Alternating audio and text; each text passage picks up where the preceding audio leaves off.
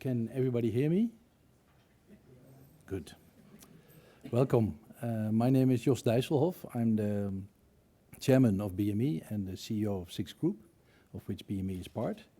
And good morning, everybody, and welcome, everybody, and thank you for joining us here today in Madrid. At SIX, apart from offering investors and companies a platform for listing and trading, we also provide platforms for discussion and networking. And what better place today to do this at the trading floor of BME Exchange, with so much business and stock exchange history behind it. Over the next few minutes, I would like to address some key topics closely connected with this gathering. First, I will explain why corporate access meetings such as the Medcap Forum are so important to us and how we bring companies and their representatives and investors together.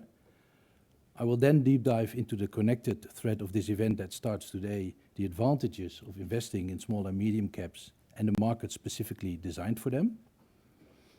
I will then also support my point with some findings from the white paper that we recently published, which contains measures aimed at promoting the participation of Spanish companies in the securities markets. But let's start with the underlying goal of the event that's about to start, providing investors with access to representatives of listed companies, in this case of small and medium caps.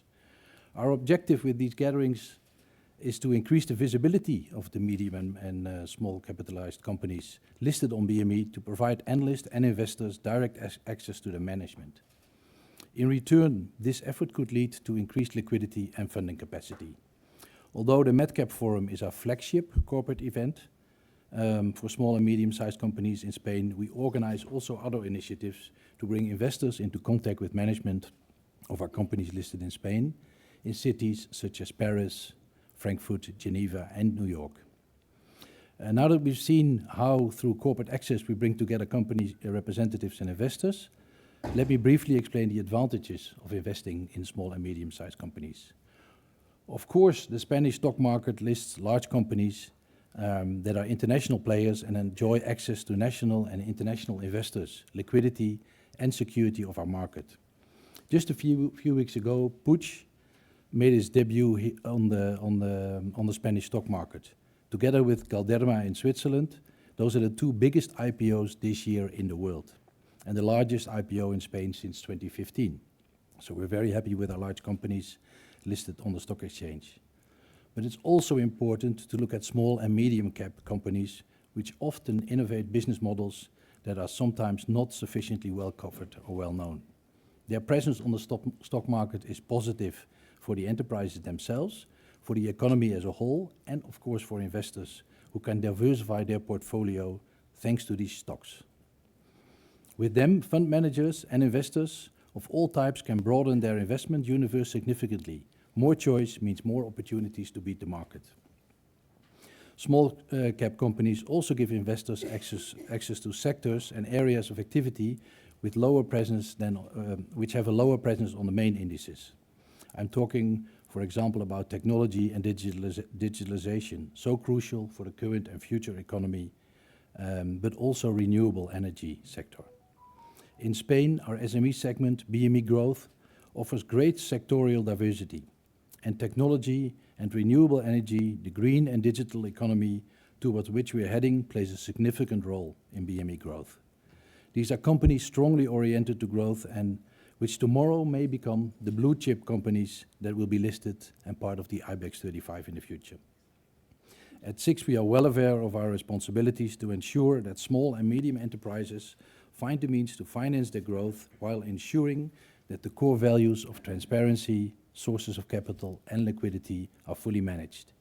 That's why, complementary to BME Growth in Spain, we also run an SME segment on the Swiss Stock Exchange called Sparks.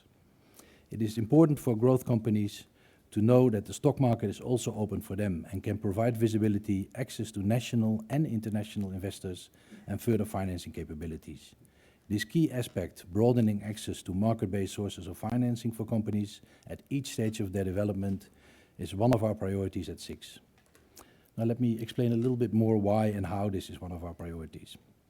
Facilitating market access is a priority for us because it gives listed companies a significant boost in terms of liquidity, financing, visibility and reputation.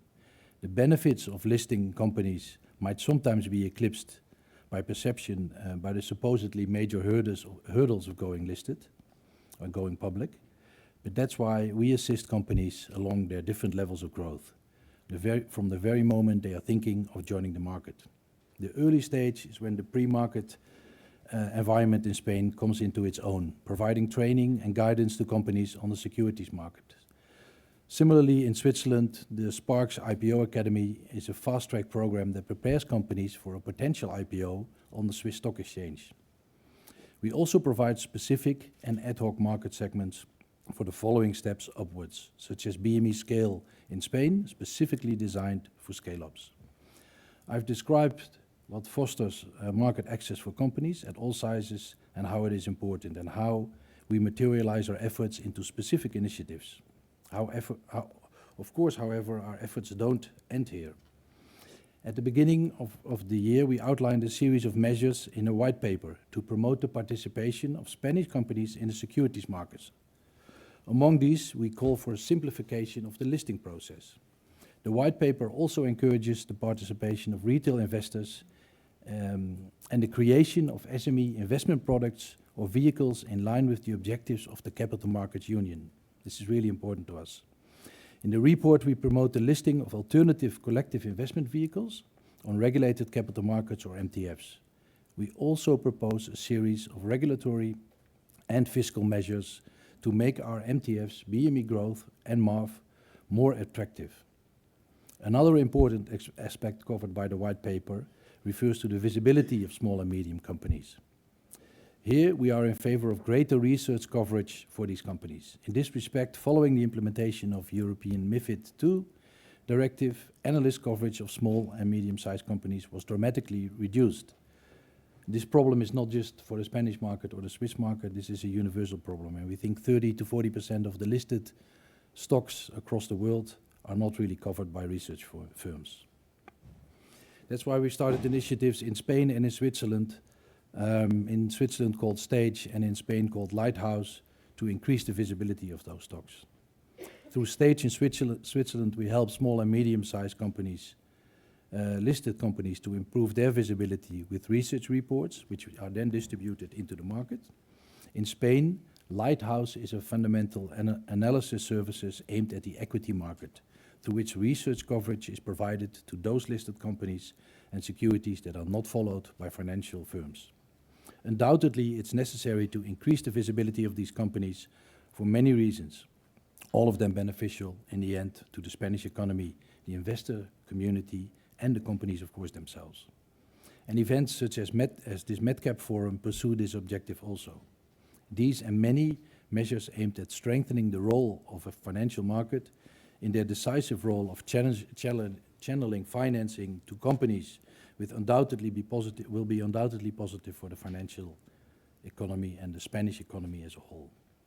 I'm now approaching the last part of my address. I've talked about corporate access, discussed the advantages of investing in small and medium-sized caps. I've also looked at how broadening market access of these stocks is mutually beneficial for both these companies and the investors and the economy as a whole. And now, before I finish, I would like to briefly summarize the main topics that actually will be discussed here at this forum, the Medcap Forum. During the next 3 days, the speakers will discuss how the Spanish economy is facing its growth challenges. They will analyze how access to security markets for companies and investors is critical for financing the growth of our companies and the country as a whole. And of course, finally, also sustainability will have a place in this forum and will be discussed quite extensively. And last but not least, and very pleasing for us, we will also discuss that after 2 years of very few IPOs in Europe, investors and investment banks are once again looking to the stock market. As you can see, we have a very interesting 3-day event ahead of us, and I encourage all of you to follow it closely, interact, challenge, share your views on all these topics, because in the end, you here in this room are shaping the future of the economy in Spain. And now, before I finish, I would like to give the floor to Paula Conthe, Secretary General of Treasury. Thank you very much.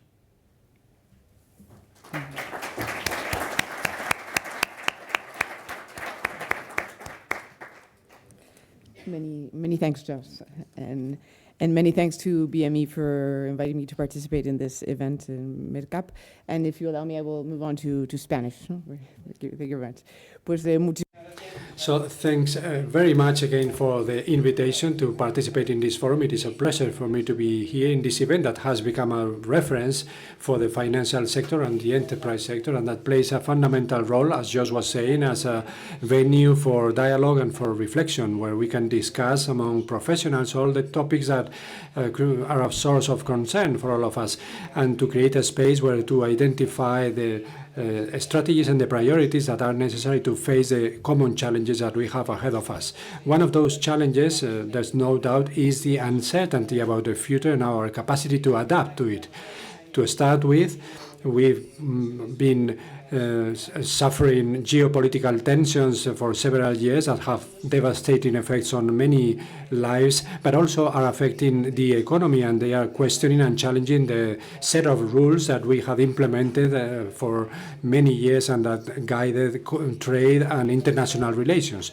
On the other hand, in a society that is more and more digitalized, we are seeing that we are also facing threats in terms of cybersecurity, IT attacks that can also affect the development and the good working of the financial markets. And then there are also innovations like, for example, artificial intelligence that has, of course, positive effects and that can promote competitiveness and efficiency of the economy, but also there's no doubt that there are challenges and threats and risks that some of us perhaps we don't really grasp.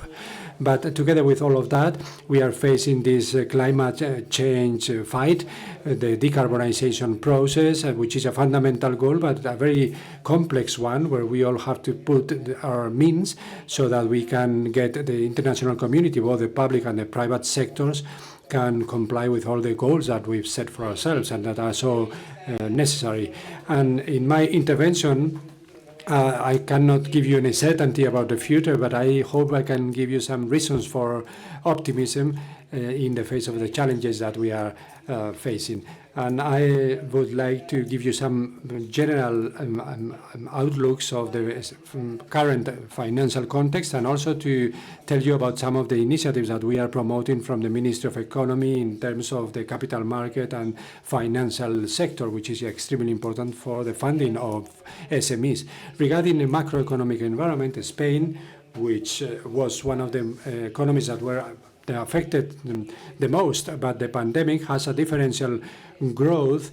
In the last few years, we've closed with an increase of GDP of 2.4%, which is much more than the average of the European Union, and that we have kept more or less the same in the first quarter with 6.7%. The forecast of the government is to close the year with 2% of GDP growth, but the most recent forecasts of the European Commission go even further, and they improve their forecasts, and they estimate an increase of 2.1% for 2024 and 1.9% in 2025, which leads us to Spain being this year and the next the economy that is leading growth in the big economies of the Euro area. And beyond the quantitative figures, we also have to point out that those good data are based on structural changes in the economic model that are focused on a more balanced growth and sustainable growth in the long term.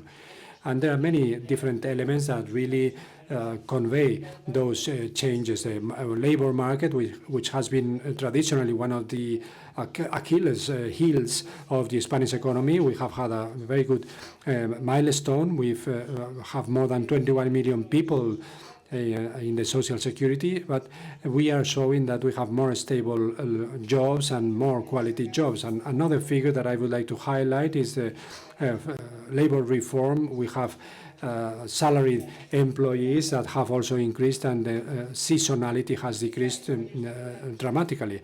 And that does not only reduce uncertainty and precariousness, but it also promotes and fosters the training of human capital and that in turn leads to an increase in competitiveness, which is one of the challenges and one of the main goals of the ministry for the next few months. The second factor that is also a cause for optimism is that in 2023 the Spanish economy reached 3.7% of GDP as foreign trade, and that is one of the milestones, and that has allowed us to reduce our external debt that dropped more than 30 points since 2020. And in that trend of reduction of indebtedness, we also have a direct investment from foreign country, which is a stable source of funding.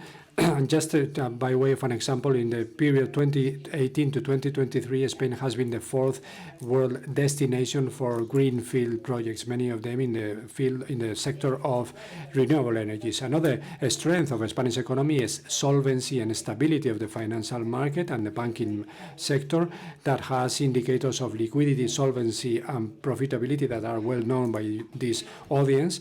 And in sustainability of public accounts, the government has shown a clear commitment with fiscal responsibility. As a consequence of that commitment, there was a huge impact of the pandemic on the public accounts, and Spain has been reducing both the budgetary deficit and the percentage of debt vis-a-vis the GDP, and we closed 2023 with a deficit of 3.64% of GDP, and this year we will achieve the goal of 3%, as was confirmed by the European Commission in the recent forecasts.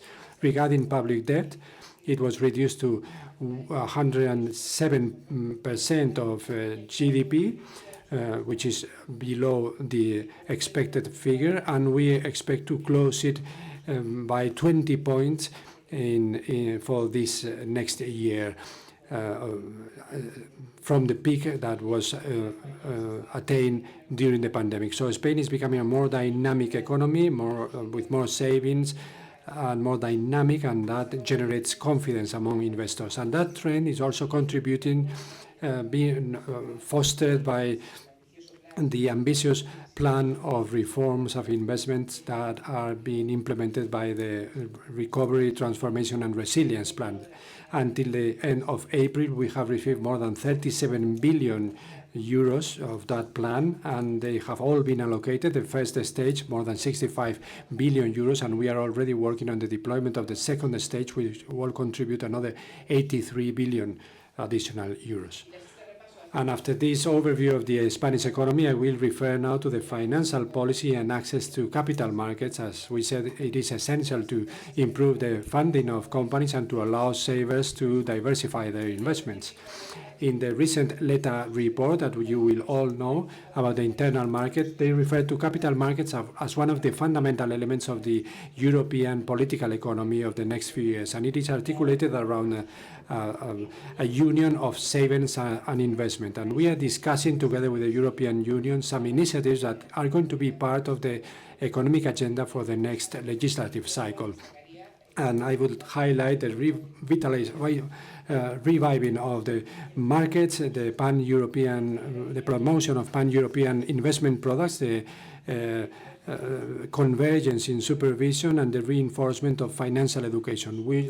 Those would be some of the topics that we will be looking at in the next few months and will be the priority of the Commission. And for Spain, the development of capital markets is a priority, and in the last few years they have also started several initiatives at national level to improve the regulatory framework and to enhance the funding of SMEs. The law on the growth of companies, the law Create and Grow, which is fostering funding of companies and to reduce the hurdles to access for new sources of funding. In the first years, they have achieved great results, and we have now levels of 30% of investment in retailers and non-financial companies in venture capital companies.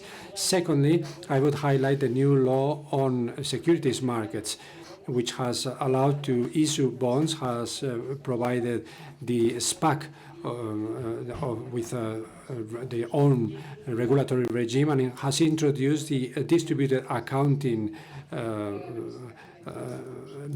system, for bonds, betting on investment and keeping supervision and investor protection, and also the startup law, which fosters the access to capital to those companies through venture capital, co-investment, and other ways of investment, like, for example, foreign investment. And the results are already apparent, because since the approval of that law, the half-life of these startup companies in Spain has exceeded 3 years, because most of them are closed in the 3 first years of life, and also the investment in those companies has increased by more than 100%.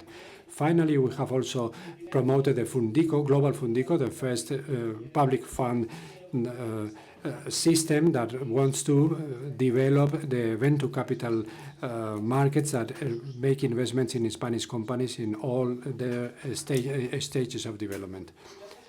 And together with those national initiatives, we should also transpose some initiatives from Europe that were approved during the Spanish and Belgian presidency.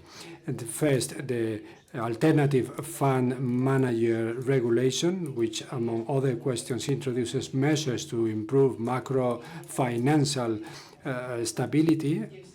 And the second, the Listing Act package that has as a purpose to facilitate the access to listing to companies, harmonizing the requirements, I hope you all agree, and preserving the protection of investors and the transparency of the market. We are also working on the extension of the securities acquisition regime to give them access to the international trading mechanisms. Of course, due to the nature of those systems that have less liquidity, boards of directors with fewer members, and then other factors that create more difficulty, and they need to adapt to the special circumstances of those special systems.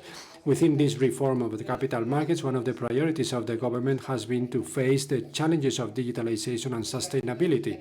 Regarding digitalization, the new legislation on digital finance, which is being developed by the European Union, pursues a balance between the advantages of a digitalized system and also the minimization of the risk of financial exclusion, preserving the protection of investors and the financial stability. And the DORA regulation, approved in 2022, requires financial institutions to adopt some cyber resilience measures and supervision measures to the competent national authorities. In January 2025, we hope to complete all the national developments to make sure that that regulation will be active, including the sanction mechanism. We are now working on the digitalization of the financial sector, that apart from adopting the complementary regulation of the DORA regulation, will introduce other measures at national level, like the improvement of the regulatory sandbox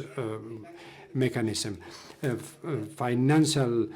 Sustainable financial regulation in Europe was based on the taxonomy and the tools to develop it. Once we have completed that intense development of the sustainable finance framework that has kept us busy these last few years, we now have to apply it in a coordinated way by all players, both public and private. In order to promote its implementation from the Ministry of Economy and together with the Ministry for Ecological Transition, we are going to launch a consultation on a green paper on sustainable finance, and we encourage all the sector to give your opinions. We intend to guide companies in the investment in sustainable finance with some guidelines and some information, dissemination of best practices in the implementation of new standards and the development of green financial products. In order to foster a permanent dialogue between the public and private sectors, we also propose to create a sustainable finance committee as a public-private cooperation or partnership. And then we will continue to work on attracting private investment. And given the huge size of the challenge that we are facing, we need public-private partnerships to achieve our goals.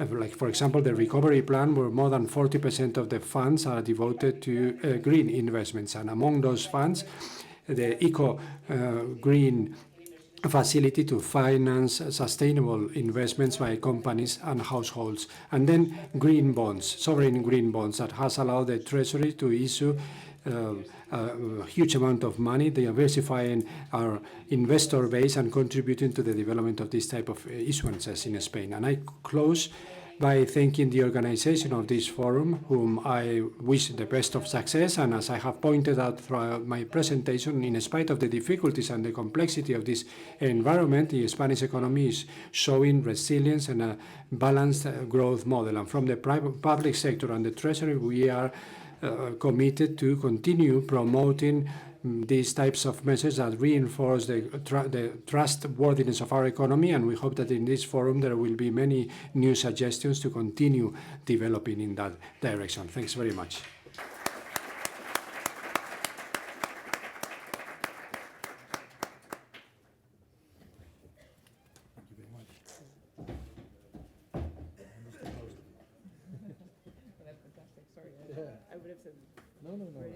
No, I understand Spanish more and more, but speaking it is not. Yes, I'm always too. So.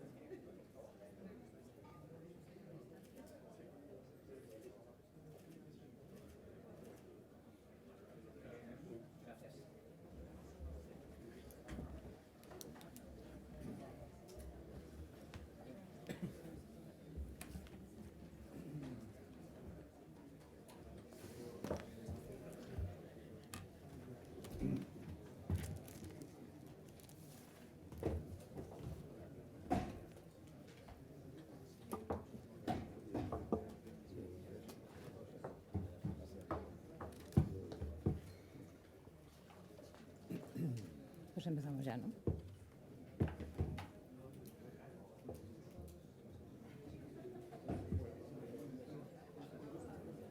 Si me pasas.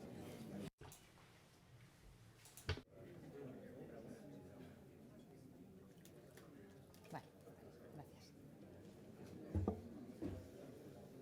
¿Empezamos? Sí, empezamos porque si no la gente no se siente. ¿Qué tal? Good morning to you all. Welcome to this Medcap Forum. You know that this is the 20th edition of Medcap. Every year in the Spanish stock market, we gather investors and companies so that they can get to know each other, to exchange plans, ideas, projects, and especially to talk about investment or business opportunities, rather. This is an utmost important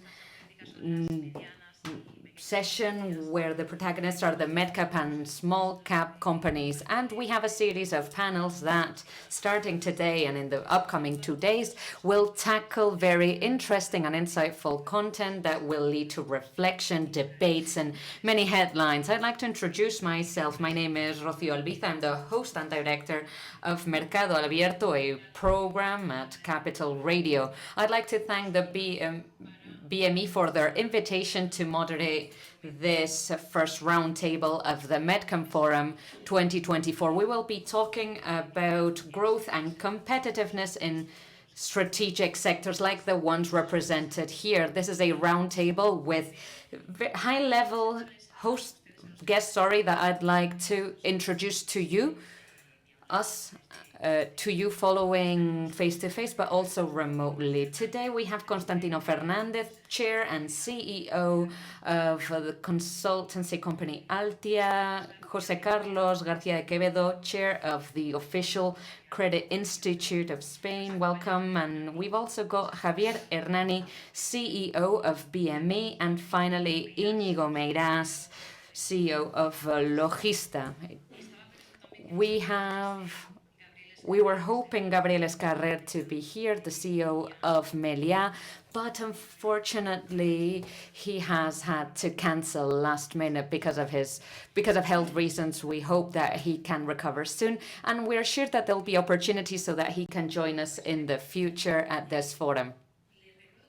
I'd like to remind you that if you have any question at the end of the session, of the debate, you can do so. The BME staff will be giving you some cards where you can write down the most straightforward questions if you can, and we'll try to answer most of them, or at least the ones we have time to do. Finished with introductions, I'd like to get to the ball rolling. I'd like to talk about the context, the challenges, opportunities ahead of the guests here. I'd like to talk about triggers of change, engines for digitalization and private-public cooperation, how it can become an axis for competitiveness, sustainability. The previous host was talking about sustainability too, but let's get started with situation. In the case of BME, we wanted to set the context of this roundtable. Let's take a picture of the Spanish economy. How worried are you at BME because of the loss of weight of the national market and that draw of IPO of listings and good news, what we call the May joy or the May rain? Exactly. I think that together with Switzerland, the examples quoted before are the most significant. It tells us that we're in a good situation. We've been working for many years. We're a very traditional company, and there's a change of situation now. I'd like to say that the Spanish market is still very appealing as a platform. It's a place where you can invest in different sectors, in big companies like luxury sector. And I think it's very important, very interesting to open up these opportunities. In June, in growth, we've had a very important series of listings. I don't want to say that IPOs, I mean, the big companies, of course, have had a very harsh period, as you know, not only in Spain but in Europe. But Spain, in comparison, has comparatively behaved really well in terms of small cap and Medcap companies in different sectors that are also reflecting the realities of the modern economy, of the new Spanish society. In general terms, we are worried, of course. That's why we created the white paper, and we asked other 28 Spanish stakeholders to join us to reflect, to get to a diagnosis of what we need in the Spanish market to be more competitive. That's why we created the white paper, a very significant effort containing 26 measures identified by each and every one of us working in the market day to day. We believe that these measures are necessary to improve our market. It's not only a concern in Spain.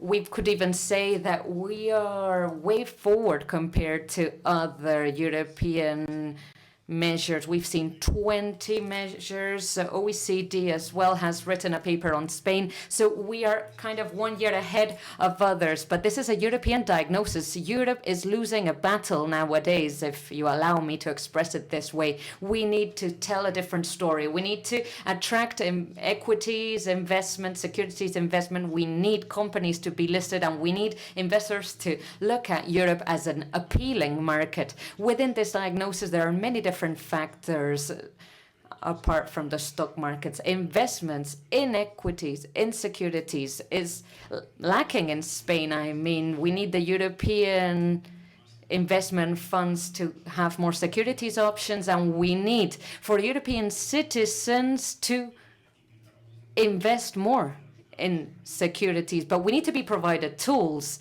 To agree on the diagnosis and to write white papers and then do nothing makes no sense. We really need to make the most of this time to reach an agreement, because there are many reasons, and the tax-related ones are crucial. We need more equity. We need more companies, more investment. Well, let's allocate the means, the resources. Let's make this happen. We have a retail sector in Spain that was very important, and listings had for my whole youth, it was very significant. Now it's no longer there. We need other instruments. We should place them all on the table and make coherent decisions of what we want to do and what resources we can allocate for this to happen. This is a fantastic effort. Obviously, Puig's listing is very significant. I'd like to finish because I'm dwelling on this matter for too long, but the fact that a family company that is so important becomes listed with the logical concern for the company that there's a vehicle, a way to do it, to foster growth. It's not only about liquidity, it's about getting the financing to do so.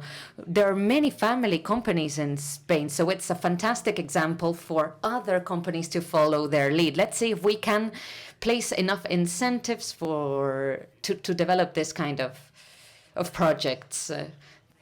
Definitely, we'll be talking throughout the morning on the different measures that you have proposed very clearly. We are trying to talk about the context. Now, in the distribution sector, like Logista, in the past year since the pandemic, you faced many different significant challenges, disruptions in supply chains, blockages of strategic geographical points. Where do you stand? Tell us about logistics and distribution. Well, first of all, thank you very much. Thank you, BME, for your invitation to participate in this panel. Welcome, everyone. I'd like to say that we're still in a disrupted sector. Not only in Logista, in the whole logistics sector, the world is kind of out of place since the pandemic, or since the hardest part of the pandemic, which took place in 2020. In spite of, or regardless of problems to carry goods from China to Europe and geopolitical challenges, the sea sector is facing the mismatch of prices. In the world of sea containers, the prices were crazy. I mean, moving containers from the Mediterranean to the USA is now 7 times more expensive compared to a stabilized market. And yet, these containers, I mean, there's never been a lack of these containers, but now there's been a rebound effect for $2,500 per container. In the past months, before geopolitical problems compared to the Suez Canal. The prices went down 50% compared to the normalized market. How do we survive in this world? It's very difficult, and at the end of the day, it impacts us all. COVID hasn't stopped globalization, but it has definitely changed the business model of the world. It's true that there's a certain delocalization in China, the USA, but also countries like Mexico and others where it could be very interesting to invest in commodities and the industrial sector. Within this channel, the chain, the logistical companies are being impacted by the fact that in any sector, intermediary stocks are growing. People don't want to have problems with supply like in 2020. So what this is happening is that consumption is getting closer, the supply chains are shorter, even though China will still play a leading role in the world. That's at least our vision, but definitely production is taking place closer to the large consumption locations, so logistics are struggling. That's why in intermediary stocks that are growing, for instance, in the sector of tobacco that we are very exposed to, we used to manage stocks 30-day stocks, 1-month stocks, but now we're talking about 70, 80-day stocks. This is happening in almost every sector, food, pharma. So the world is still readjusting. The other big trend is e-commerce. E-commerce is here to stay. It hasn't had an outstanding growth in the global north, in the US, in Canada, and also in Europe. In Germany, in the UK, e-commerce is almost 40% of commerce in general. In countries like Spain, we are below 20%, but obviously there was a significant growth after COVID. We're still lagging behind. Spain is similar to the case of Italy, which is another market that Logista is very exposed to. And we need to digest this e-commerce growth. The market needs to start adjusting. Today, it's still a challenge when we talk about the last mile. How are we going to solve the last mile challenge? It's still not evident. We still don't have the solutions, but it must be a multi-channel solution to tackle last miles, because there are packages that still need to be delivered at homes, but there are also many delivery points. In our case in Logista, only in Spain, we already have almost 3,500 delivery points that are ours for small packages and medium-sized packages, but still, this is a challenge and we need to move forward, and this means investing in digitalization, innovation, and systems. We will have to tackle this, which requires significant capitalization or significant size. Yes, we will be talking about company size and how it impacts growth of companies. What about Altia? Altia is in consultancy, in communication technologies, in IT. You are sort of an intermediation between the development and implementation of technology. Tell us about your sector. What challenges and opportunities are you facing right now? Good morning. Thank you, Carmen. And thank you, BME, for inviting us. Our sector is in a wonderful moment. The way of the digital economy will duplicate in the upcoming years, according to some. Can you even imagine the situation we're facing now, multiplying it, doubling it? So there are many opportunities in development, in cybersecurity, mobility, moving to the cloud. There are very few things that cannot be improved through technology in general terms. But we will have to land in every sector. Impact will vary, but in general terms, I think we can make this statement. That is in terms of demand. I forecast fantastic years for us. We don't want to look too ahead of time, but at least up to 2030, certainly our sector will prosper, will thrive. But on the side of companies, what's happening there? There are many opportunities, but also this post-pandemic scenario makes it easier to compete remotely, which introduces new stakeholders and new regulations when it comes to competitiveness, to being present in markets. It's true that it gives us many opportunities. We are an example of this. We work in very different countries remotely. We work for the US, for instance. There, what we do is we sell and we do service engagement, but part of production is done from Spain or from Portugal in this case. Others can do exactly the same thing. So this is a new era, new scenario. From the point of view of property, there's a change in landscape. I mean, companies are increasingly present in funds with consolidation, sector consolidation projects, if you ask me, with very little integration.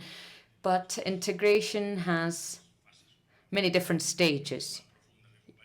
There can be a more thorough integration of companies or merely accounts. Sometimes it goes beyond the integration of accounts, but it's true that this movement is changing the map of supply a lot. Now, what's happening there too? What everyone's doing, and by this I mean I've been working for many years. When I started working more than 30 years ago, it seemed very clear what every stakeholder was doing. Telecoms are doing this thing, and the big fours are doing this thing. What are we doing?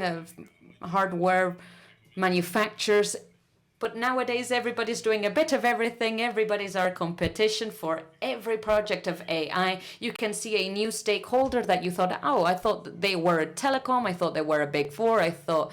Or a new company, a startup, a company that has been there for many years. So you need to move within this new competitiveness landscape. As a last reflection, there's a challenge that has to do with talent, with people. We talk about scarcity a lot. And yet, this is a characteristic, but we need to think about more elements. You need to analyze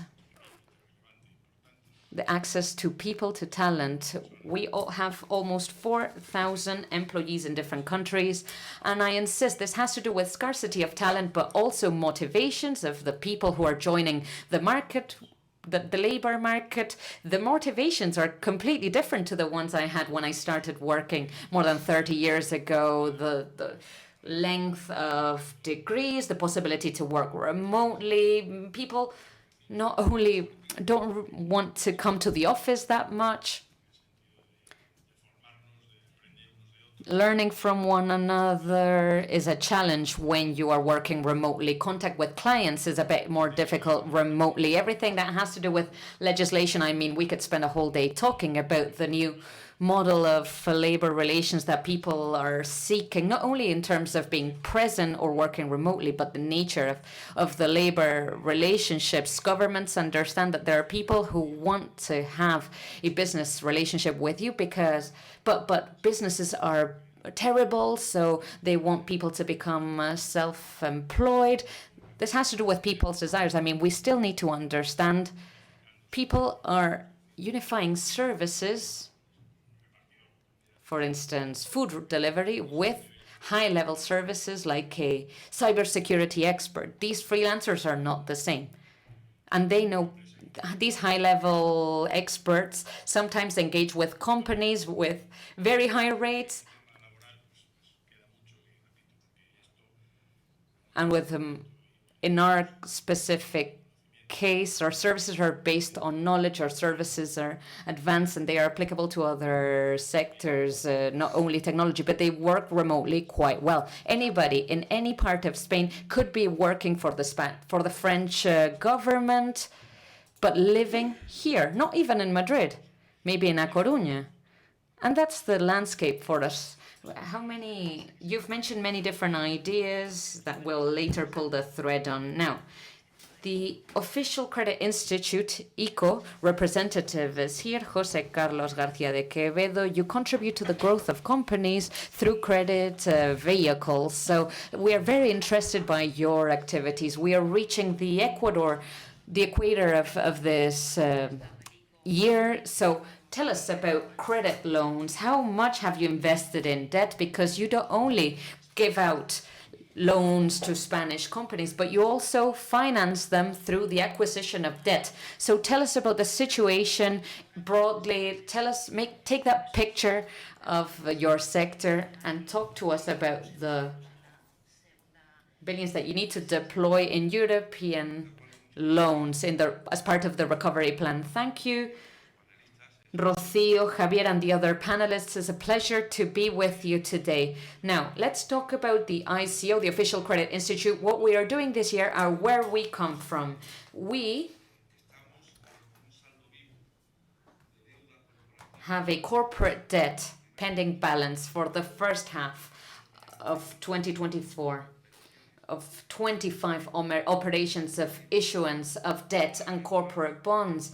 In MARF commissionary notes, 145 issuance and 84 million in terms of the MARF, the alternatives fixed income market.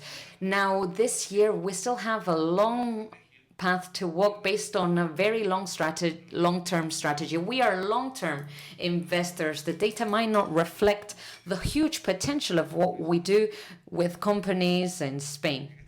But as part of this long-term strategy, what we did is we aligned our objectives of business growth, sustainability, green growth, social growth, digitalization with the pluriannual framework of the European Union for 2027, next generation. We were implementing partners of those at European level. We acquired experience, especially with the management of the COVID guarantees and the Ukrainian guarantees, and public-private cooperation was crucial back then. The big challenges of the Spanish companies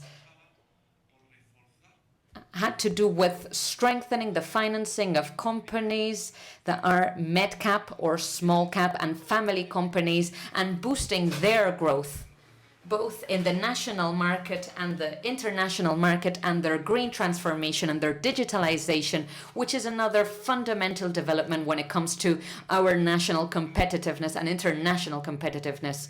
Now, we had that public-private cooperation. In this regard, BME plays a fundamental role, but other initiatives as well, like the BME 500. It's a family company. We always talk about deploying all financing opportunities beyond the banking vehicle, and that's where we introduced a new program for direct financing of companies at the ICO. We're talking about Medcap companies, and we have approved 680 million euros in the past 3-4 years with 49 companies. Some of the beneficiaries are listed in BME Growth, but through bank financing, we cannot buy their shares of these listed companies. This program is working really well for the growth, national and international growth strategy. In terms of bonds, we distributed between corporate bonds and MARF bonds that we are very active with, and project bonds with a very specific goal to transform a company, to grow organically or inorganically, and MARF promissory notes, we became a benchmark. We managed jointly a line of MARF-related COVID guarantees before COVID, a little bit before and after. We are still a benchmark investor in our program of the MARF promissory notes, and if we relate this to the activity of BME and issuances, we are investors of almost 6 billion in 1,500 operations, 150 companies. The promissory notes are renewed very often, so we're always there. But we're, in the terms of liabilities, we're also issuing our green bonds in Spain and our social bonds. The Treasury Secretary General has referred to the Treasury bonds and the future green book on sustainable finances, and the ICO will play a fundamental role as a national promotion bank. We have a double challenge. We need to accelerate and ease the transformation of the Spanish productive model, but we need to not let anyone behind, and understanding the needs of each and every one of the companies. We were talking about that public-private partnership, which is a very important topic. The Spanish economy is facing growth challenges that require a coordinated strategy between the public and private sectors and a long-term vision. Javier was talking about the presentation of that white book on the competitiveness of the Spanish market. It was presented at the beginning of the year. What are the next steps now? And what are the proposals that are on the table? But now we need the political will for them to start running, because we need a political initiative. I don't know what's the response in the political environment. Are you optimistic regarding the government abiding and obliging? Well, yes, it's been spectacular, and I would like to thank the ICO team for their effort, for their support, and as you said, the PPPs are extremely good, extremely positive, and we've always found the doors open to discuss with us, and I think that it was essential to have those after the pandemic, those types of instruments that were listed in the stock exchange, to be able to support companies. And we are making progress with this white paper. It is an element of our institutional policy. It's going to be a constant in the next few years. We know that 56 measures are not implemented in 6 months, and we have quite a good contact with the regulators and the government. We met with Paula and her team, discussing those criteria, the criteria of the white paper, and we were more or less in line. And I forgot to say, because I'm very passionate, but the white paper, it does not belong to BME. We've always been promoting it, but it is a white paper by the whole Spanish market. We are working with 28 stakeholders, because we set it running, but then we went one by one, talking to all those that wanted to join, to really gather and reflect what they also wanted. And those 56 measures are the consequence of a huge amount of work. And I think it is a paper that will have a long life. And what we are doing right now is to open up specific working groups with specific people in order to work more in detail on the proposals that have been made, from a fiscal point of view, market development point of view.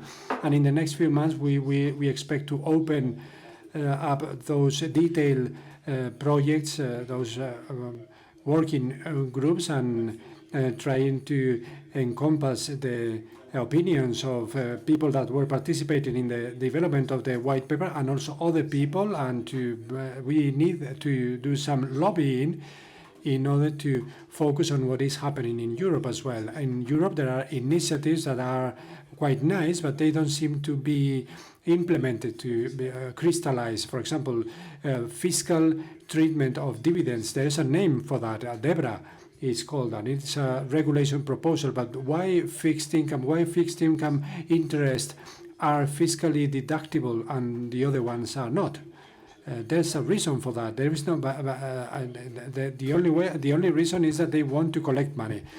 But for equity, if you did the same for equity, they would be more solvent. They would be able to finance long or mid-term growth projects. And if we want to give them capital, we need to give them the right situation, the similar situation to that of the fixed income. Otherwise, they will authorize more debt than capital. That's the consequence. And that's just an example. And there's a lot of consensus, and it's also on the white paper. It is the umbrella account. We want people to save money. We know that in Spain and in Europe, but in particular in Spain, we save a lot more in real estate or in brick and mortar. There are instruments that are working quite well.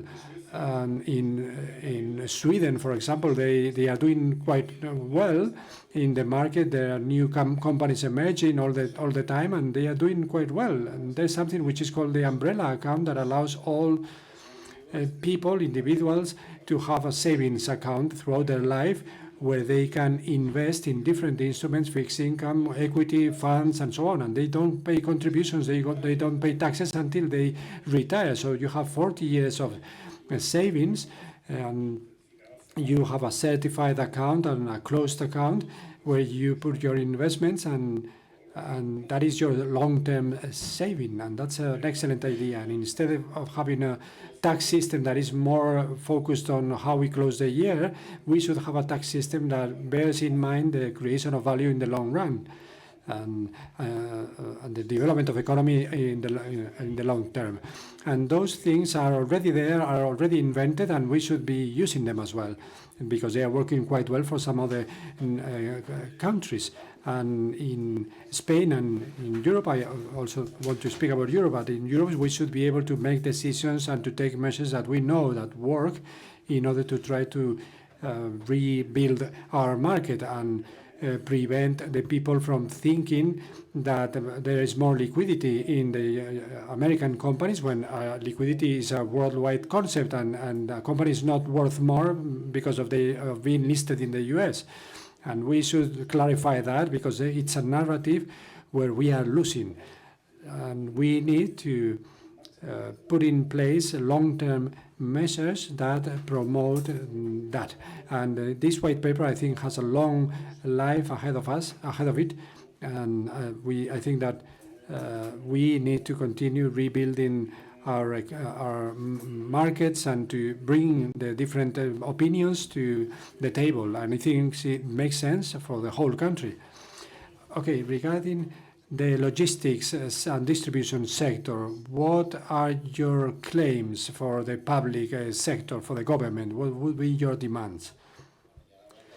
Well, I wouldn't talk about demands or claims. I would talk about what the support could be. I think that PPPs are critical for any sector of the economy, and not just public-private partnership, but also to what extent the public sector is going to invest and to provide money. And there's an administrative side to that, what we always require or request. This is a general request, not only for our sector, it's agility in the administrative proceedings and to prevent regulatory hurdles. And for this Europe that does not seem to complete its union, that they shouldn't make us lose competitiveness. We are in a global environment, and I don't want to imagine if we want to compete with China, but just within Europe, there are certain regulations that are common to all countries in the European Union, and some other regulations that have some legislative development in the different countries, and sometimes that prevents you from competing at European level. And Spanish economies, those that are mid-size and that intend to become bigger, at least to be able to be present in the whole of the European Union, what we ask from the government, whatever political color, to help us in that internationalization. And when it comes to implementing national legislation, to make it comparable to some extent, is what Javier was saying. We should all have a similar starting point that allows us to compete on a level playing field, and that is as regards the economic part.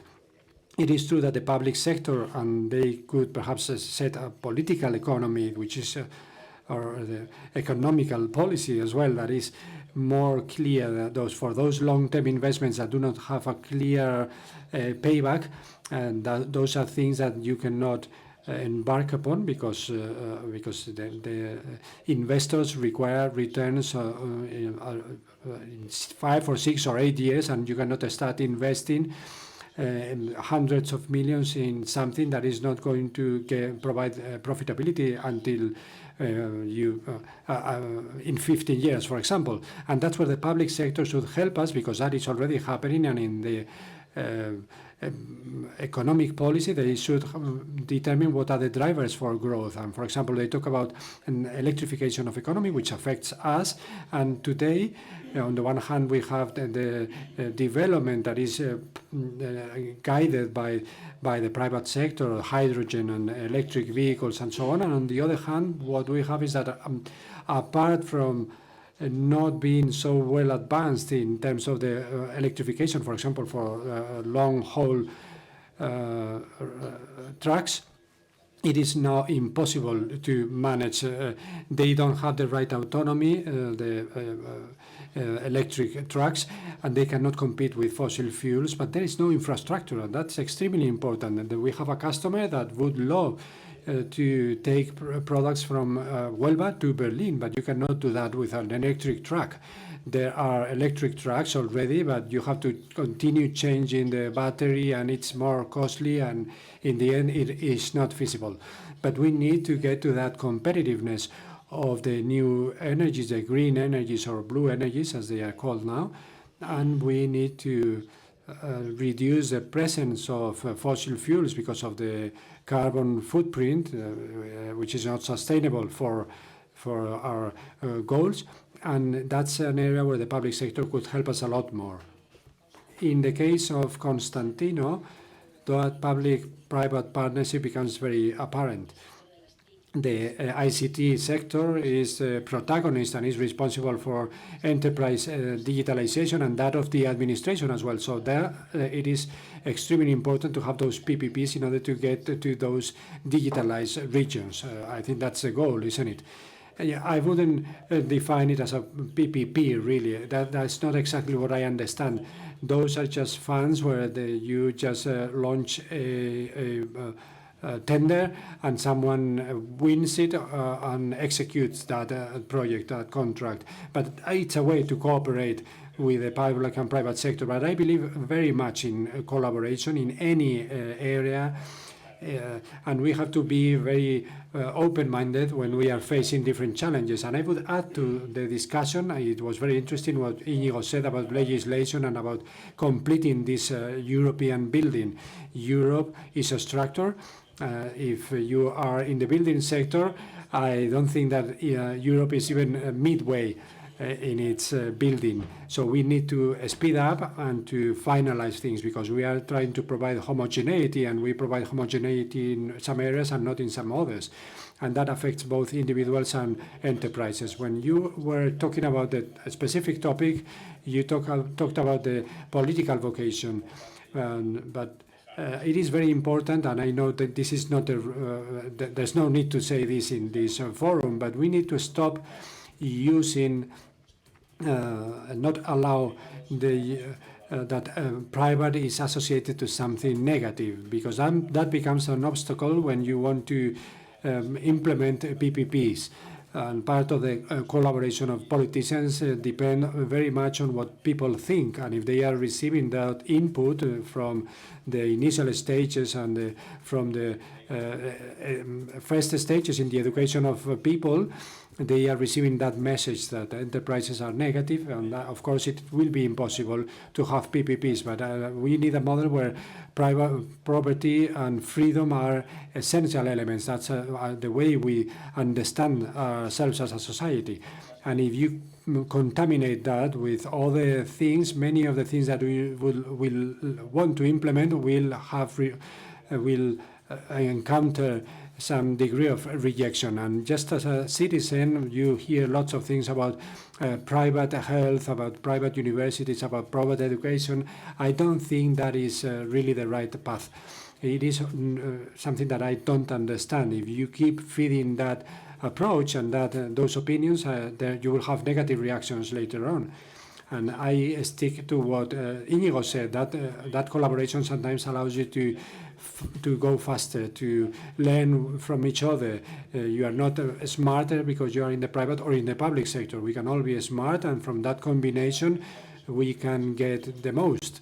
And in our case, it allows you to embark on projects that are bigger, and if those products or those experiences can be replicated all over the world. This is a path for internationalization in our case, which is, for example, the repetition of success projects. If you do something that for the government of Spain or for some autonomous region and it is successful and it works properly, of course it will be much easier to sell it to a different country, European or American country. There's no doubt about that, and those elements I think should be valued.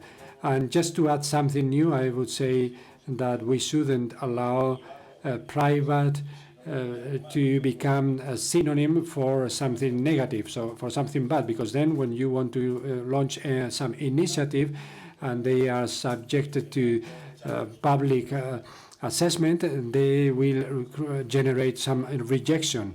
Yeah, there I think the ICO has a lot to say. This public-private partnership is going to be is essential for improving the funding of companies, and I think you gave us some figures about that. But I don't want anyone to speak about public sector as something negative. If we talk about public servants, it shouldn't be a negative. I think that in this country there is a lot of consensus. There is a generalized consensus on the fact that society does not challenge our belonging to the European Union, and we are thankful for that, because I think there's a European Commission, there are member states, there is north, south, east, west, there's a parliament, now we have elections, and we have the European Investment Bank, and we all agree on the fact that that's a benefit for us. And I think that already exists as well about the importance of the private initiative and the business people in their contribution to wealth and to development. And I think that in PPPs, the public part also has a negative perception, and it is important to strike a balance there. Sometimes we hear some voices that are more critical towards one or the other, but I don't think any of them are good. I liked very much the previous intervention. I'm going to talk about the recovery resilience plan, which is the responsibility of all of us. We extended that PPP beyond collaboration with banks and financial institutions. The ICO, there are many important stakeholders, export associations, consultancies, enterprises, institutions like BME, Spain Cap, venture capital, and it's a public-private partnership that I call an extended one. And that public-private partnership during COVID was based on public-private trust. And we need to know where we are heading towards, and we have to act consequently.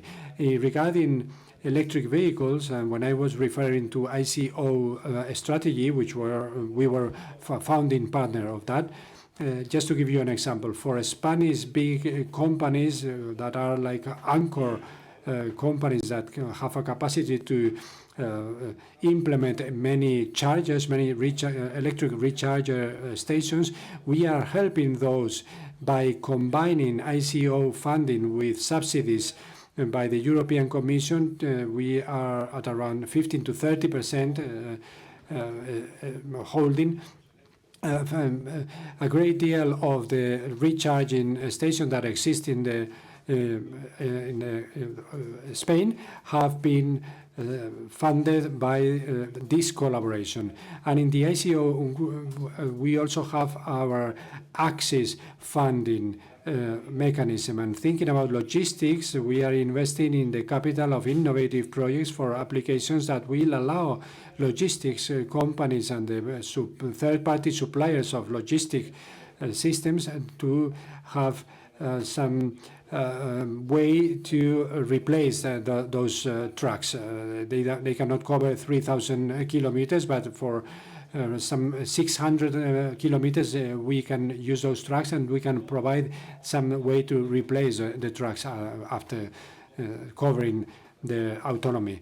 And we are implementing the 5 stages of the resilience plan, which are loans in 5 facilities: the green ICO facility with 22 billion euros to fight against climate change, enterprise and entrepreneurs, which is for enterprise growth with 8.15 billion with a special department for tourism. We can also make investments in capital, in technological capital, which are working quite well for digitalization with 4 billion euros, the audiovisual hub with 1.7 billion, digital content and so on, and then social leasing and social housing. And we are going to do that with 4 different instruments. Not all of the facilities are going to have the 4 instruments, but the majority of them. ICO mediation lines, direct funding of vehicles. Well, that's very important for mid-cap companies. We want to provide flexibility for their funding capacities, acquisition of bonds and debt, and then investment in startup and scale-up capital in direct collaboration with other private investors or through registered funds at the CNMV, venture capital funds. We have in the ICO group, we have a subsidiary Axis for funds. For Global Fundico, we are going to close the 16th edition. We have Fundico in a stake with 4 billion in digitalization, Fundico SME and Fundico Sustainability Infrastructures for sustainable investments in renewables, in social infrastructure, and others, in Article 8. And in that PPP, we learned that we have to apply simplicity as much as possible, because the European Commission, and this is common to all the resilience funds, they apply a set of criteria, and we have agreed that all those funding projects that are below 10 million euros will be based on responsible declarations or statements that will be implemented in the simplest way possible. These 40 billion euros, we expect that 70-75% will be through PPPs, banks 2/3, venture capital management institutions 1/3 of that amount. And we will have to work a lot and very fast, but we have already done that. Okay, let's talk. I don't want to waste any time. Drivers for growth. Iñigo was talking about the size of companies, the importance of size. This is an SME forum. We need digitalization. We have to modernize. We need artificial intelligence and so on. So in the case of BME, I've heard that spearheading the technological development is nothing new for securities market, but given the speed at which things are changing, and there are new players in the world of investment, we have to keep an eye and be very attentive in order not to lose pace. Yes, there's a lot of competition, and we are in a very competitive world. We come from being the only ones that were doing securities market, and now we have competition with a lot of platforms, not only for ourselves, but for the whole of Europe. Technology is becoming an essential element, and investing in technology and having the right size goes hand in hand. A fundamental reason for the merger of BME and SIX was precisely that, to have a critical mass that, from the point of view of the market, liquidity, customers, and capacity to invest, made us big enough to be able to face the competition in order to work as an exchange market. Right now, cybersecurity and those topics are extremely important. They are becoming very costly for us, and it is essential to live up to that investment pace in order to guarantee a solid, robust, and safe operation. And then we have new players in the market that require different technological support. I'm talking about LTE and digitalization. They all seem to be talking about artificial intelligence. I think that the rest is just outdated, but it is not. It is underneath. We keep working on that, and we are working on interesting things like, for example, 2 projects, one in Sweden and the other one in Europe, with the digital Series E. So that is to say the digital bank currency, so to be able to have a digital DLT market, to have our assets represented in that DLT, and the management of cash to make it digitally as well. And so not only banking money, but central bank currency. Those are paradigms that are there, that are changing, and that are homogeneous and have been accepted by everyone, but there is a growing investment on the part of the markets and the players in the markets to look for those innovations. And we are taking part in tokenization of assets, initiatives that are right now are not in the markets. For example, for real estate, to what extent we can introduce transparency in prices, in assets that nowadays have no transparency, but are very much intertwined with our economy. So using the technology, we should bring things towards the light of transparency with the intervention of more people.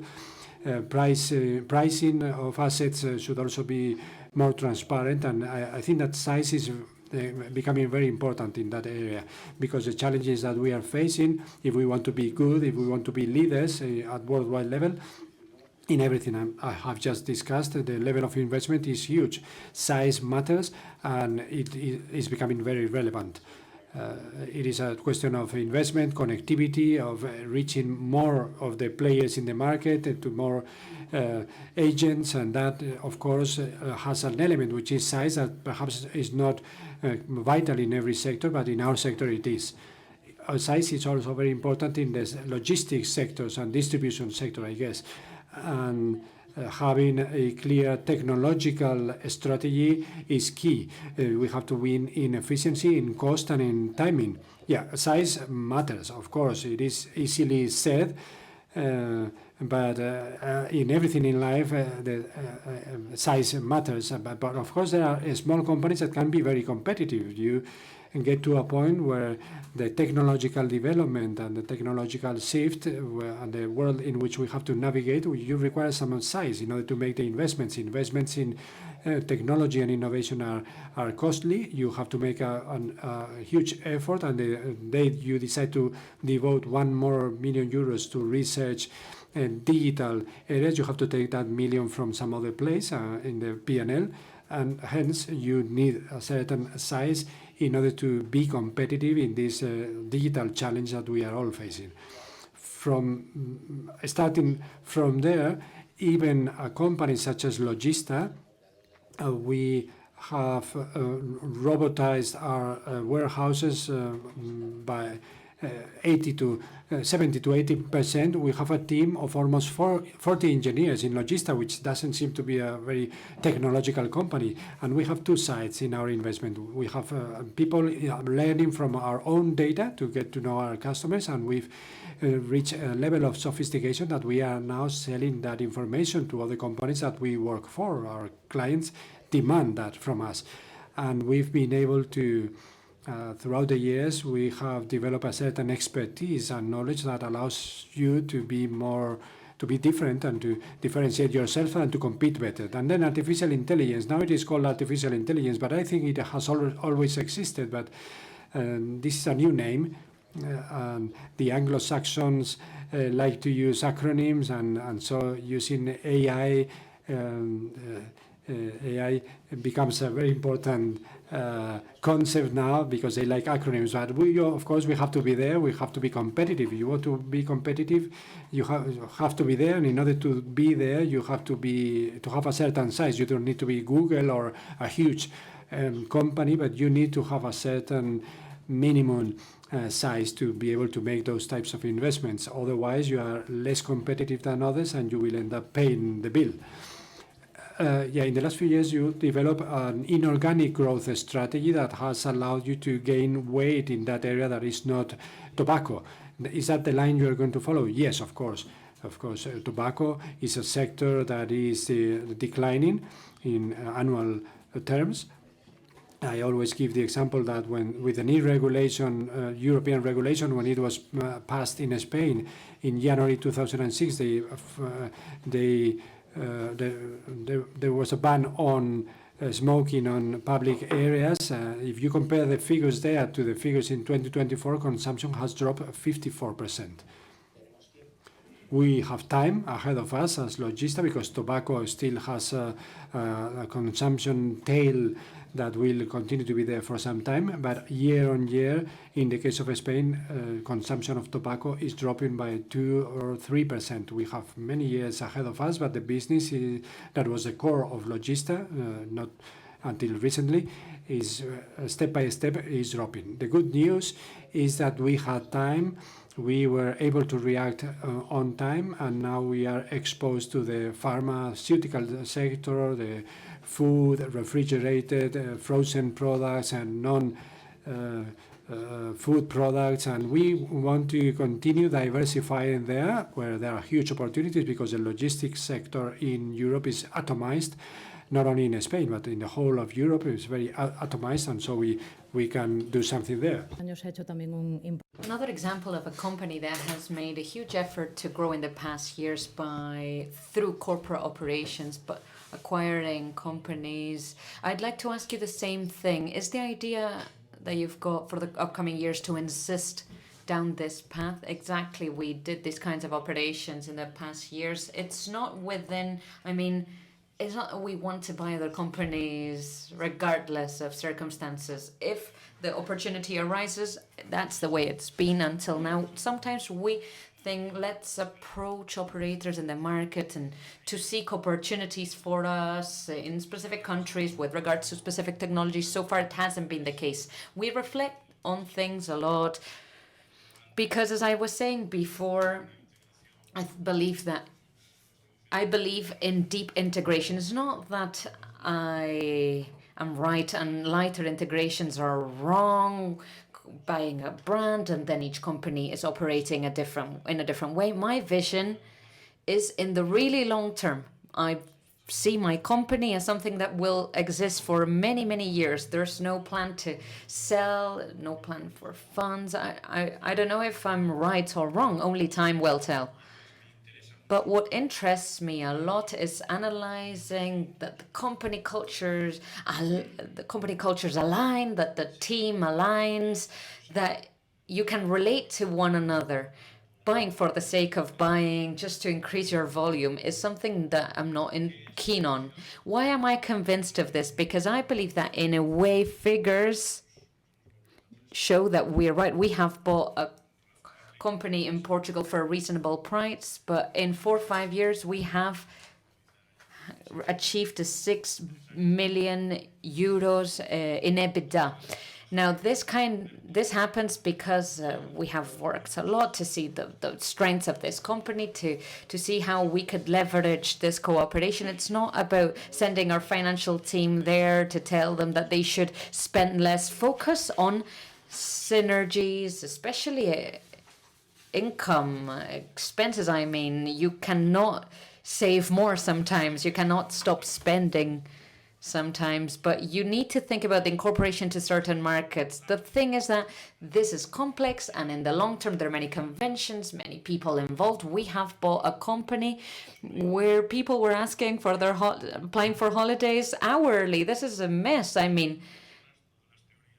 All big theories fail when it comes to when they are materialized in people. But at the end of the day, I want things to be standardized. That's the way we do things, calmly, because we are looking for this kind of growth. Of course, there will be more opportunities in any of our business plans. Before, you were talking about growth levers, and I'd like to thank this house, BME, for how they've contributed to Altia. We were the 10th company in the MAP, alternatives market, in the MAP. I would like to highlight that the other 9 companies are no longer in the MAP. Some failed, others went down a different path. But so what are our growth levers?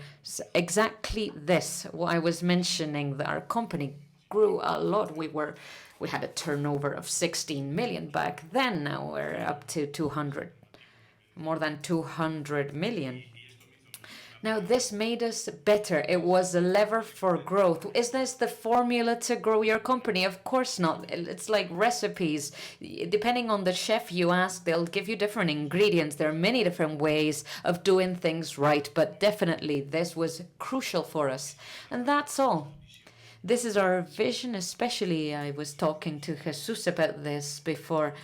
We are both at a moment in time where we hear the noise of doing something different, investing in this, that, funds. There are many good paths, but we believe that ours has been very beneficial for us. José Carlos, one of the biggest challenges for ICO is channelizing all the money of the second stage of the recovery plan allocated to ECO, 40 billion. Now, how do you allocate all of these funds to target the real growth of companies so that they can make the most of these funds, which is what the recovery plan is all about. The first stage of the recovery plan was about transfers and subsidies. Mobilization was also public and private, but it had the different administrations had to put out the tenders and different projects. But in the second stage, we're not talking about transfers, but instead loans. And here it's very important to think about the absorption and mobilization capacity of the private sector. This is not financing to restructure debt. It's not for floating capital. It's a finalist investment. And the objectives are the digital transformation of companies, digitalization in general, digital content, the green transition, sustainability. This is fundamental, but also when carrying out projects, it's key that yes, we need to formalize them before or in the next 2 years working with banks, but the next generation funds, the pluriannual projects, the way that the European Union is executing these projects has come to stay. I mean, we need to make an effort to meet requirements because when it comes to sustainability and digitalization and growth, these are very long-term strategies that we need to accelerate the training of. We need to materialize this investment projects faster. We are using these kinds of platforms, and with our ICO teams, we are working in chambers of commerce and sector associations so that we can approach these programs, these facilities launched by ICO, and approach them to companies so that they know about them. We are also carrying out sustainability and sustainability disclosure and digitalization training opportunities. Venture capital too will play a key role. We have already met all the requirements so that we have at the disposal of the venture capital sector 8 million additional euros. We have under management around 250 million euros for venture capital. The project, I'm going to give you some examples. Digitalization projects. In Fondi Connextech, we have already formalized investments in 9 funds specialized in AI and 8 projects of direct co-investment. We would be talking around commitments of 700 million euros. When it comes to social affordable housing, one of the other facilities, we are already carrying out operations, and we have a pipeline of 1.2 billion with different construction developers that are working towards sustainable housing for companies and entrepreneurs. It's just flexible enough so that any investors that an SME wants to reach with a bank, instead of doing it with conventional tools, they can make the most of these European Commission funds because they are cheaper. We also have green facilities, and here we would have to cooperate with banks for big projects for extractive companies promoting sustainable mobility, green energies, but for all sectors, all sizes. Also, housing, sustainable mobility, water cycle, digitalization of SMEs applied to processing and circular economy, goods and services. It's got a very broad approach. Now that you're talking about sustainability, I'd like to touch on competitiveness and sustainability and sustainable growth briefly so that we don't run out of time. In the case of BME, Ferrovial has opened up a path. I don't know if you are scared. When it comes to competitiveness, are you scared that other companies might reach new markets and leave the Spanish market as a second option? We are generally, we want companies to be listed in Spain. We want Spanish companies to be listed in Spain, but it's not something we take for granted. We need to work on it. Jesus, Beatriz, Álvaro, and the rest of the team talk to issuers. We try to convince them that this is the best market for them to be listed. Ferrovial made a decision to leave to the Netherlands, to the Dutch market and the USA. What we need to do is convince the rest of issuers and companies to stay in the Spanish market. Ferrovial is still carrying out 97% of its operations in Madrid. We need to provide a service to the companies who want to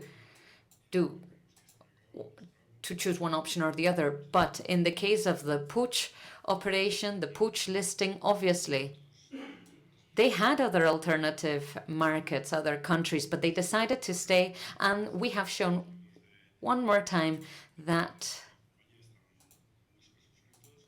the liquidity was wonderful, and they've had the access to the same group of investors that if they had chosen a different country. So we need to compete. We need to know that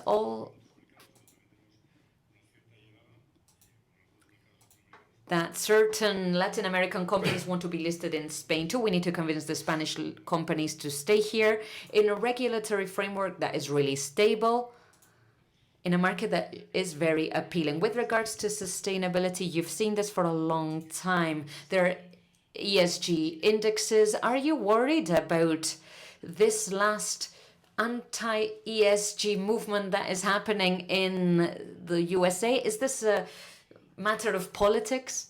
Are you concerned that it might materialize in Europe as well, that it might put an end to the boost of the ESG field? I think that ESG is well consolidated. I mean, obviously there'll always be people for and against every driver in our society. We need to explain the reasons behind financing options. In Europe, I'd say it's really well consolidated. Our ESG indexes prove so. Also, gender-related matters, equity, these issues are here to stay. Public-private cooperation is fundamental in this regard. The issuance of green bonds by administrations is a good example. As I was saying, this is very important, here to stay, and it's necessary to know who we are competing against for ESG criteria not to lead us to become less competitive with regards to other markets.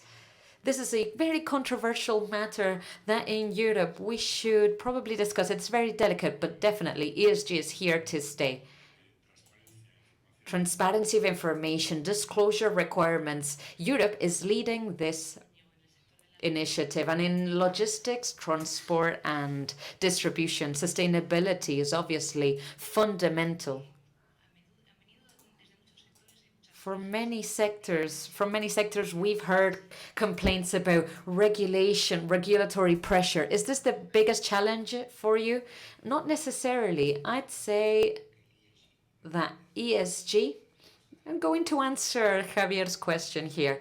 ESG is here to stay, and this is obvious, but I don't think that in ESG, the anti-ESG US movement is that relevant.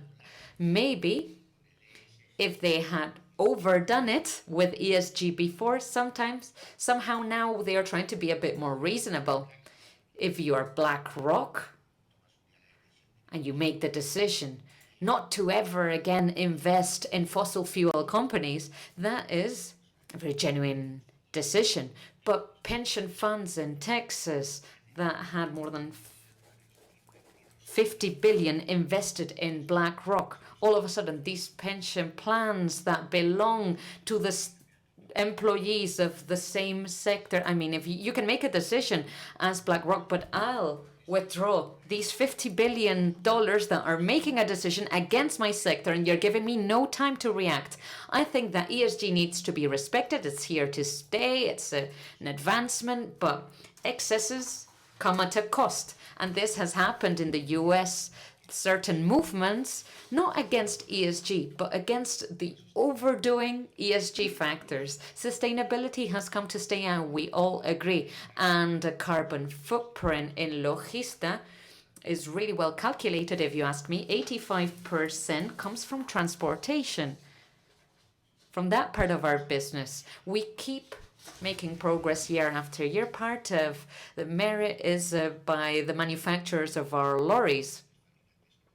Big European manufacturers like Volvo have evolved in terms of the diesel engines, the European label. This has reduced CO2 emissions by half.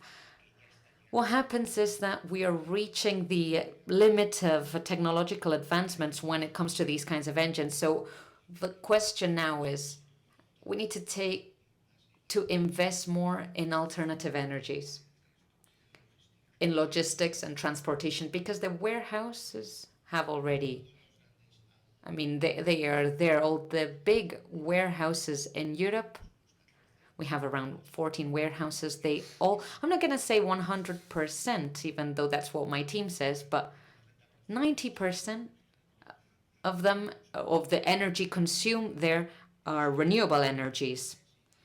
We comply with all the regulation in terms of water, recycling, electricity comes from renewable energies. The big challenge, if you ask me, comes from transportation for the logistics sector. There's a long path to walk when it comes to the efficiency of engines, both electrical and hydro engines. I think that hydrogen will come right after electric vehicles, and we will jump directly to hydrogen if the electric vehicle progress really slowly. Depends on our internal analysis. In the European network, we need to be able to power these engines. It's obvious that sustainability is here to Spain. The access to big cities with non-electric vehicles will be banned eventually, but it's still not there. I think it will happen in upcoming years, and it's good news for everyone. Constantino, in the case of Altia, for you to be more competitive, talent is key, you were saying before. That's the big challenge for your sector, right? Retaining talent. It's one of the keys, not the only one. More than retaining, it's about understanding our talent, understanding employees, because this will help you attract the right talent, assess the talent, and compensate this talent for the development of careers internationally. I mean, it's not only about retaining. It's almost impossible. I was mentioning all of these challenges before. For us, it's very important. And I'd say, and I sometimes joke internally, but that if I had a superpower, I'd like to understand my people, know exactly what is important to them, what they mean. And this detachment, the post-pandemic remote world, it makes things complicated. And I'm clearly showing you that I'm not a big fan of remote work, but I mean, it makes sense. We were working remotely before the pandemic, but it was a work-life balance measure before, so that people could strike a balance between their family life and their career. But now we're still waiting to see what the consequences of remote work are. One day the luxury might be commuting to work and being in an office. What about the role of eco and green investments in Spain, impact investment? What else can the ICO do to help companies in their path towards sustainability? The deployment of all the facilities for the collaboration with companies. We have carried out very significant innovation and preparation for the deployment of the Transformation, Resiliency and Recovery Plan on the one hand, but we have also innovated with new products and new programs to finance companies. I was mentioning before the direct financing of mid-cap companies. Many of them are very advanced in terms of internationalization. They are consolidated. They are in the face of digitalization to boost their competitiveness, and now they need to promote sustainability, green sustainability, but also social sustainability in their investments. And we will be there to provide them with any solution, anticipating any potential issues with the European Investment Bank and others. We have social impact projects we presented recently in a business association, green, digital, green, social, governance. All of these matters are equally relevant. I don't know if we have time to answer questions because we are 20 minutes behind schedule, but we can all reach very insightful conclusions after this panel. So I'd like to thank you for bearing with us. Constantino, Fernández from Altia, José Carlos García, Chair of ICO, Javier Hernani from BME, and Iñigo Meirás, CEO of Logista. Thank you to all the attendees in the room, and I'd also like to thank for your attention if you're following us through the streaming channel. Thank you very much. Have a lovely day.